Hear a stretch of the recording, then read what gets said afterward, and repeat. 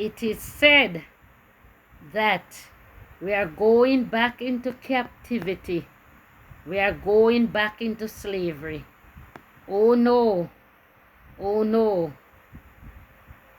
We are still in the land of captivity. We are still in the land of our capturer. We are still in slavery. It's just another form of slavery. Even our family back home in the motherland, they too are in captivity in their own land. It is written, strangers and foreigners have taken over our land as if we are not there. Lamentation 5:2. Psalms 126, 1-3. The Lord is turning again our captivity. Even the Eden acknowledged this. They said, the Lord has done great things for them. That's us. And we too, who are awake, acknowledge also. We said, the Lord has done great things for us, wherein we are glad. Some interpret the Lord turning again our captivity to mean going back into slavery. But that could never be. We were never out. We are still scattered in the land of our capturer. Our experience is just another form of slavery. When our forefathers was in the hands of the Pharaoh, in captivity, God used Moses to redeem them, to liberate them, to turn them away from Pharaoh. Presently, God is hearing our cry and our prayer for our turning, for our liberation. What we fail to understand, God does not need to come in person to get things done. He worked through man. So at this present time, as our Creator has begun the process of our turning, let us never forget what our forefathers did after they pray and they cry to God. God used Moses to free them, to liberate them from the hands of Pharaoh. They too, they were happy just like we are today, but they falter and they fail. So let us learn from their mistake. To turn against Moses was to turn against God. To turn against Moses was to turn against God. So as God is using Abraham Torah to liberate this generation, let us not falter. Let us not fail. Let us stand with him, who God is using to liberate us. Let us not be disobedient.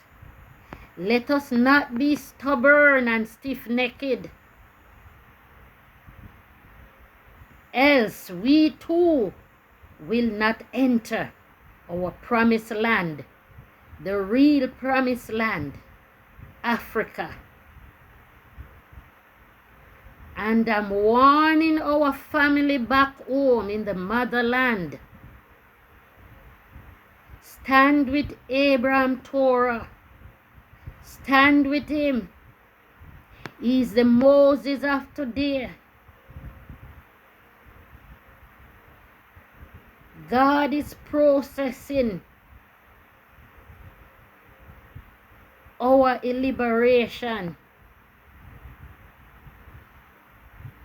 our turning, our captivity has begun to turn. If you turn against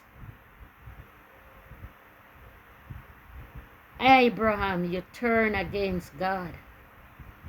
To turn against Abraham, Torah, is to turn against God.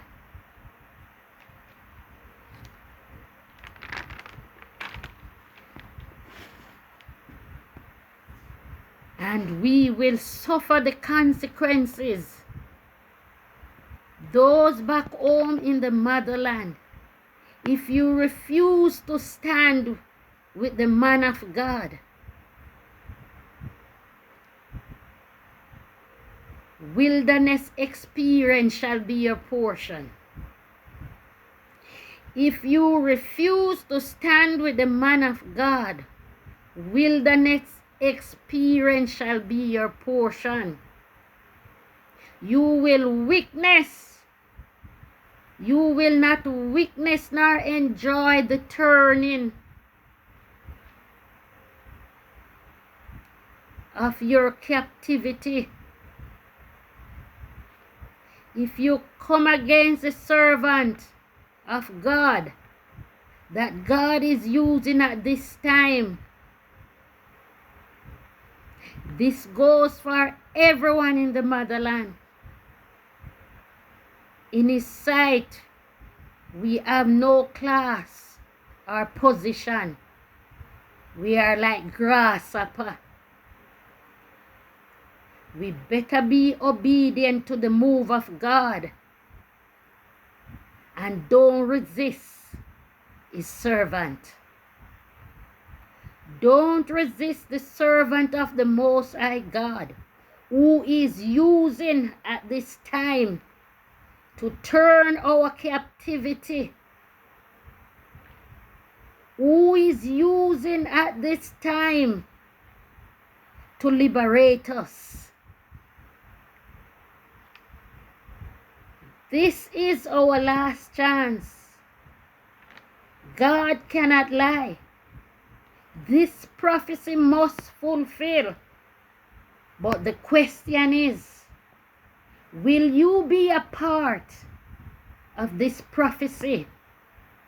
Or will you be like our forefathers, disobedient to Moses?